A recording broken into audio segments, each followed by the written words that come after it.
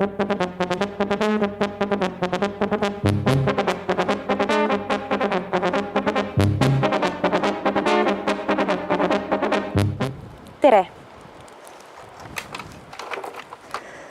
Ma ei ole ausalt öeldes kindel, kas mulle see teos tegelikult meeldib. Aga võib-olla kunst ei peagi alati meeldima, võib-olla ta peabki häirima, peabki olema ebamugav, peabki mingeid küsimusi küsima. Pronksiöö. Läbi linna viiakse üks kultuur ühest kohast teise. Normaalne business. Aga mis tegelikult juhtus?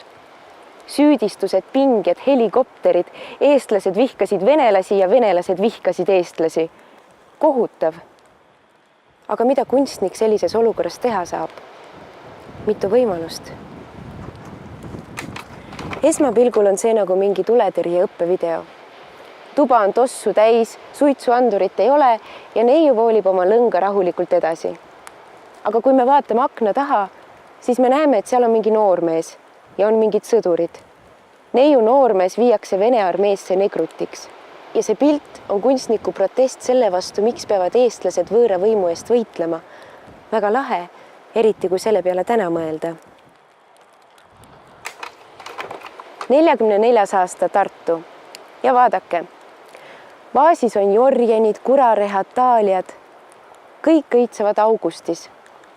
Aga kogu 44. aasta augusti oli Tartu suurtüki tule all. Jaani kirik, Vanemuine, Eesti Rahva Muuseum, kõik hävis, linn põles. Aga siin maali peal mitte midagi, idüll. Ja tegelikult oli nii terve teise maailmasõja ajal. Kunstis pole mitte ainsatki märki sellest, et oleks sõda, okupatsioonid, küüditamised, arreteerimised, mahalaskmised. Mitte midagi. Aga see oli samuti reaktsioon, oli vastureaktsioon. Kui ühiskonnas olid asjad eriti halvasti, siis kunstnikud pakkusid inimestele maailma, kus kõik oli eriti hästi ja kõik halb oli unustatud. Ja mulle tundub, et Normanile tundus, et ükskõik kuidas ta reageerib, siis sellest lihtsalt ei piisa.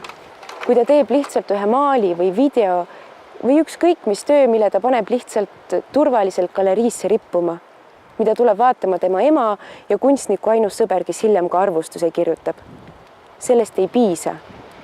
Tuleb sekkuda. Ja nii tegigi Norman hunniku suveniir Aljošasid ja hakkas neid avalikult müüma. Mõned ostsid, mõned vihastasid, kuidas keegi.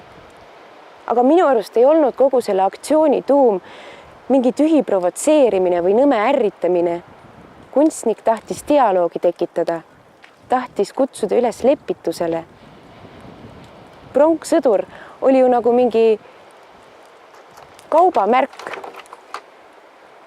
Ja Norman tegigi pronksõdurist toote ja näitas, et me võime selle õnnetuskultuuriga ükskõik mida teha.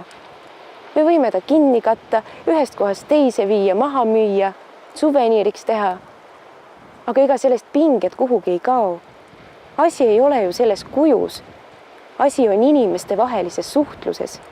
Ja kui kunstnik sekkubki reaalsusesse, siis ta ju tahabki lõpuks, et me elaksime paremas maailmas, kus inimesed ei vihkaks üksteist või kus inimesed näeksid paremini läbi mingeid mustreid või skeeme või seda, mis poliitika või meedia meile ette ütleb.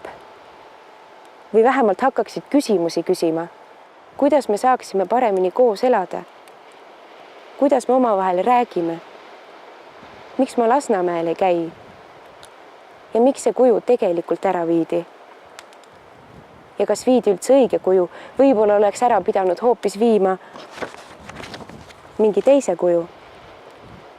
Ja minu meelest on see väga okei, kui kunstnikud sekkuvad, kui nad näevad, et mingi kunstiteos ei ole lihtsalt kunstiteos, vaid selle taga on mingid väga hämarad ja ebameeldivad tehingud. Miks ei võikski kunstnikud reaalsusesse sekkuda, kui nad näevad, et ühiskonnas toimuvad mingid väga valed asjad? Et dialoogi ei ole. Sest kui me ei sekku, siis me nagu ei usukski, et maailm võiks kunagi paremaks muutuda. Peab sekkuma. Peab sekkuma.